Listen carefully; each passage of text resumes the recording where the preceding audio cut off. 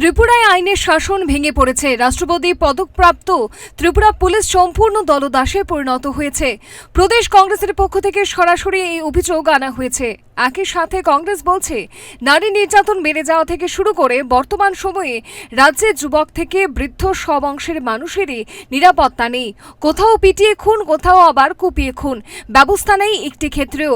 সাম্প্রতিককালে গন্ডাছড়ার ঘটনা, রানীবাজারের ঘটনা সহ বিরোধীদের ওপর পরিকল্পিত আক্রমণের ঘটনা ঘটে চলেছে, অথচ পুলিশ প্রশাসন কিছুই করে উঠতে পারছেন না।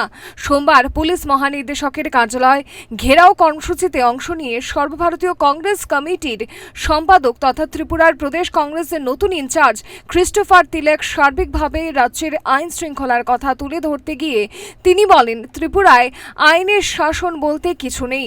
ভারতের 60% লোকের বয়স 40 বছরের নিচে। ত্রিপুরা রাজ্যে কর্মসংস্থানের অভাবে হতাশায় আছে বেকাররা। তাছাড়া ত্রিপুরা রাজ্যে দ্বিতীয় সমস্যা হচ্ছে হিংসা ও সন্ত্রাস। ত্রিপুরা রাজ্যে বিরোধীদের কণ্ঠ রোধ করা হয়েছে।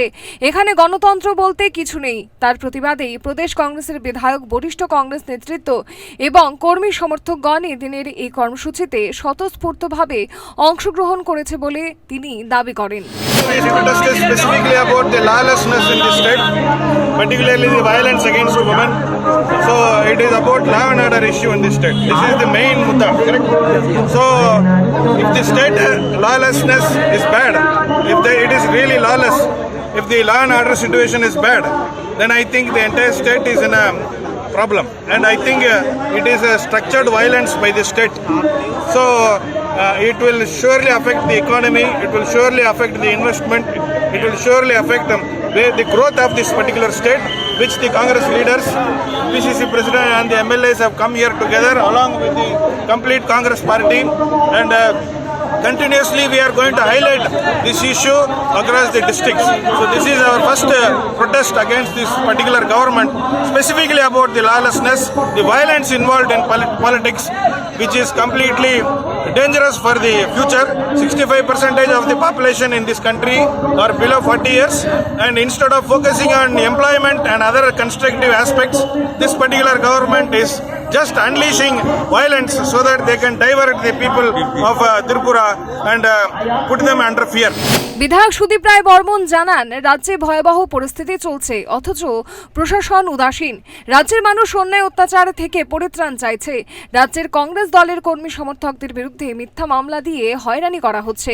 তাই গণতন্ত্র নিয়ে গুরুতর অভিযোগ করলেন বিধায়ক সুদীপ রায় বর্মন। খুন, ধর্ষণ, ছিনতাই, লুটপাট অবাধে চলছে, অথচ পুলিশ প্রশাসন সুখ নিদ্রায় মগ্ন। এই পরিস্থিতিতে প্রদেশ কংগ্রেস পুলিশের ঘুম ভাঙানোর জন্য একটি প্রতিনিধি দল রাজ্য পুলিশ মহানির্দেশক অমিতাভ রঞ্জনের সাথে দেখা করে একটি স্মারকলিপি প্রদান করেন। এই স্মারকলিপিতে রাজ্যের আইন শৃঙ্খলা সহ নানা ইস্যুতে বিভিন্ন তথ্য তুলে ধরা হয়েছে। You are facing a evacuation from your hostel also. Do you relate it with that also? No issue. You can't call thief a thief.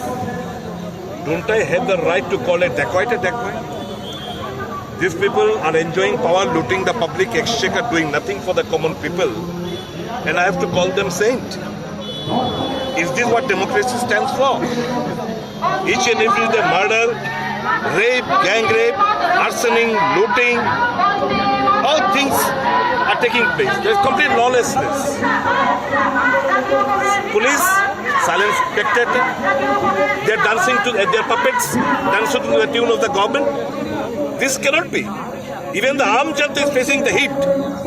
So we are now taking up to the streets in protest against the lawlessness of the state of Kerala. Thank you, sir. Thank you. এই কর্মসূচির মধ্য দিয়ে কংগ্রেস চাইছে কর্মীদের মধ্যে কিছুটা oxygen যোগাতে। তবে এদিনের কর্মসূচিতে কংগ্রেস দলের 3 বিধায়ক যথাক্রমে সুদীপ রায় বর্মন, গোপাল চন্দ্র রায় এবং বিজে সিনহা, প্রদেশ কংগ্রেস সভাপতি আশিস কুমার সাহা সহ কংগ্রেসের যুব, মহিলা, ছাত্র, এসসি, এসটি সংগঠনের নেতাকর্মীরা অংশগ্রহণ করেন।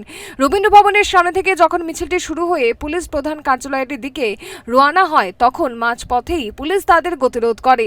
সেই জায়গায় পুলিশের জল কামান থেকে শুরু করে অন্যান্য প্রতিরোধমূলক ব্যবস্থা নেওয়া হয়। যদিও প্রথম ব্যারিকেডটি ভাঙার পর পুলিশ যথারীতি জল কামান থেকে জল ছুটতে শুরু করে। তৎক্ষণাৎ বিধায়ক সুদীপ রায় বর্মন দলের কর্মীদের নিয়ন্ত্রণ করেন। তবে শেষ পর্যন্ত শান্তিপূর্ণভাবেই কংগ্রেসের এই ঘেরাও কর্মসূচি সম্পূর্ণ হয়, যার ফলে পুলিশও স্বস্তির নিঃশ্বাস ফেলেছে। Bureau report, Times 24।